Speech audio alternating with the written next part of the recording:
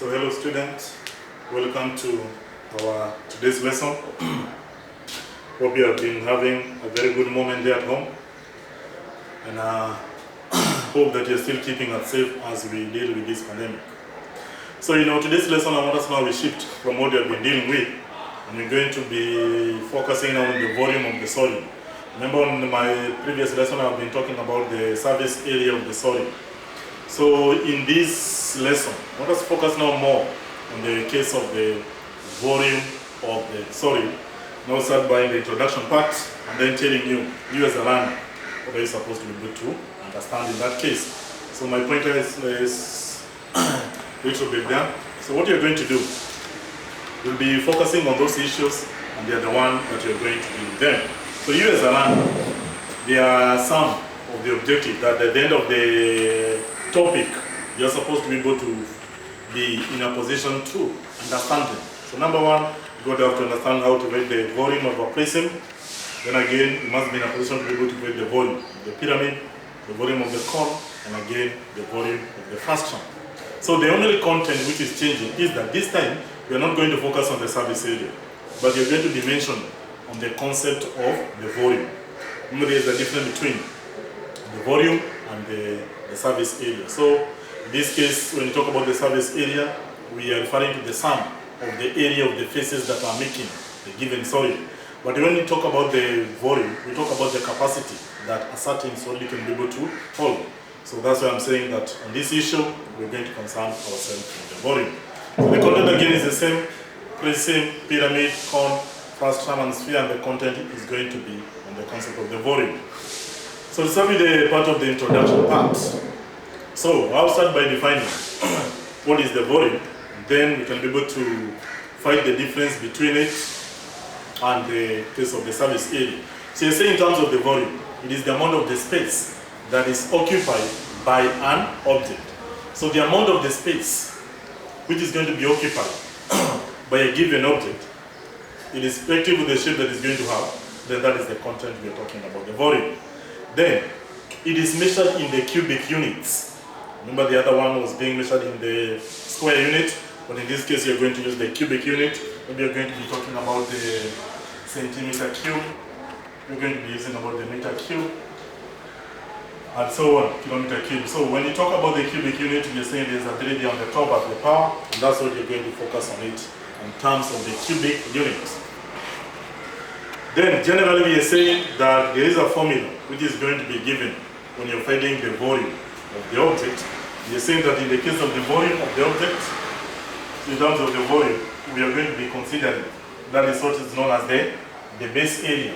The base area, the base area of an object, then you're going to be multiplying it by height. So this base area is what you're going to be calling the area of the cross-section, the area of cross-section. So once you identify the cross-section, which we say is the uniform part, then you multiply it by height.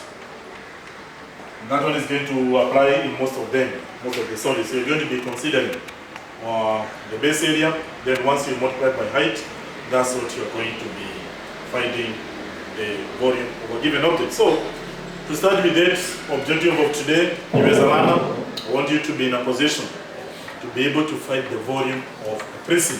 So in this lesson, I'm going to be talking about the prism.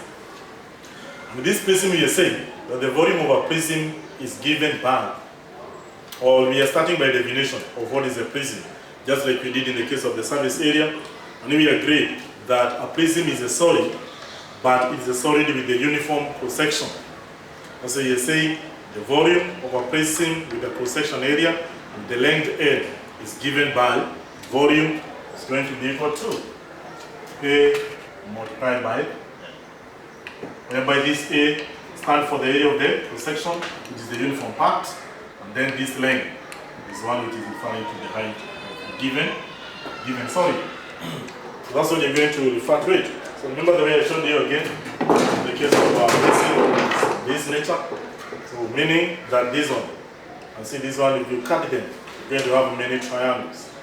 So meaning the cross-section is a triangle. So if you want to find the volume of this prism, what you need to be able to do is to find out the area of this triangle, which is the cross-section, then you multiply by this length. That's what you refer to the height of the ring of a given prism. So that's what you're going to be dealing with it. So the prism is that's solid with the uniform cross section. So let's see some examples, then we try to see what you're going to be able to calculate. So you can see there, I don't know whether they can be able to see it. So we're insisting that this one is find the volume. Find the volume of that prism. This prism which you have been given here, you can be able to identify that the cross section. The cross section is a what? It's a triangle of this nature. We have the triangle there, we have this is 6 centimeter. Then again, we have the height, which is 3 centimeter.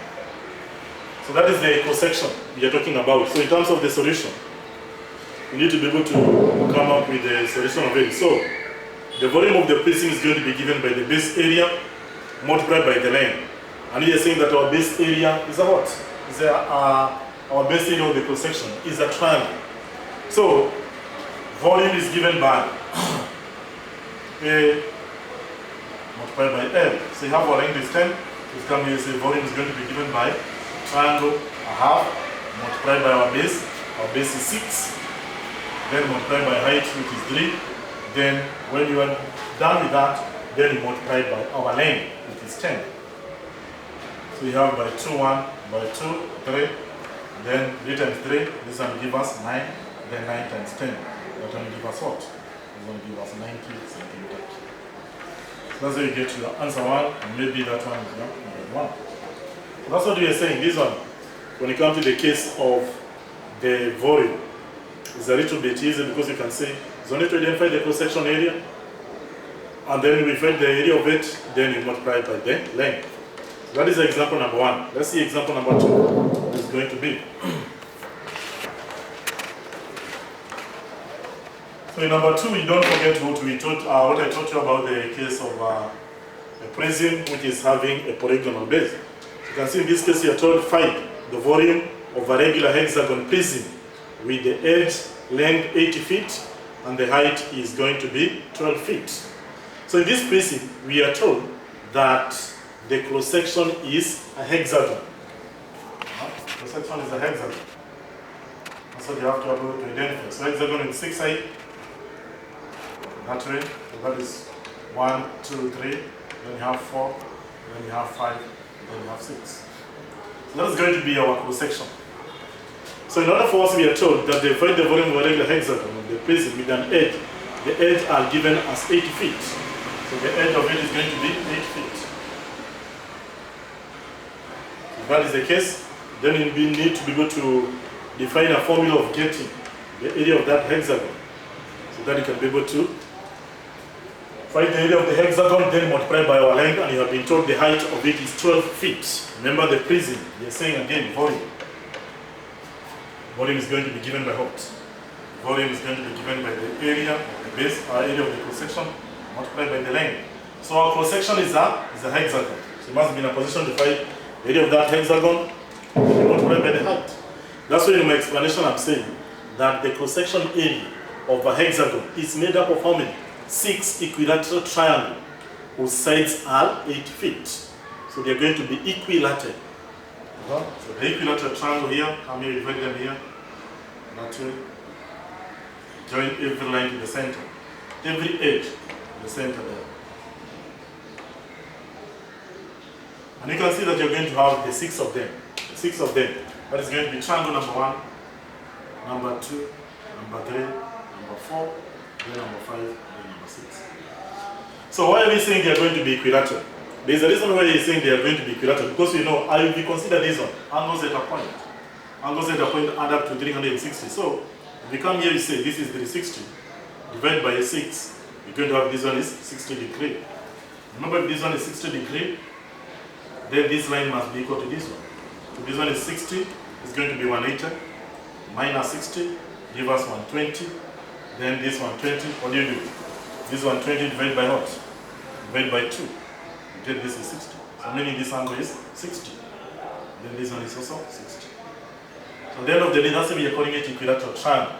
And if you have this one is 8 feet, so meaning this one is going to be 8 feet here. Because it's equilateral, this one must be 8 feet. then this one is going to be 8 feet. You have this one is here, 60 degrees. So for us to be able to find that one, we say, to find the height, we take one of the triangles shown above, and then using the sine rule we get the height. But if not that, with this one we say, provided we have this angle, you can be able to apply the side angle sine. So the area of this one of the equilateral triangle can be obtained. Whereby you're going to have a half multiplied by what? Multiplied by 8 feet. Then again multiplied by 8 feet. Then multiplied by sine. The sine 60. So here you get the area of the one triangle. Then there are how many? How many are there? There are 6 of them. Then you multiply by 6. Then you can get the area of the cross section. And you're able to get the area of the cross section. And when you do that, you can see what you are getting. The area of one of them is going to be 166.28. 166.28 centimeter. That is feet. Feet squared. Then once you have that 1 feet squared, you need to be able to multiply by the length. The length you have been told is 12 feet. So meaning to get the volume, this one is going to be volume. It's going to be now the area which is 166.28 multiplied by the height which is 12. At the end of the day, your answer becomes 1,995.3 feet cubed. So ideally, that's what we talk about the concept of getting the volume.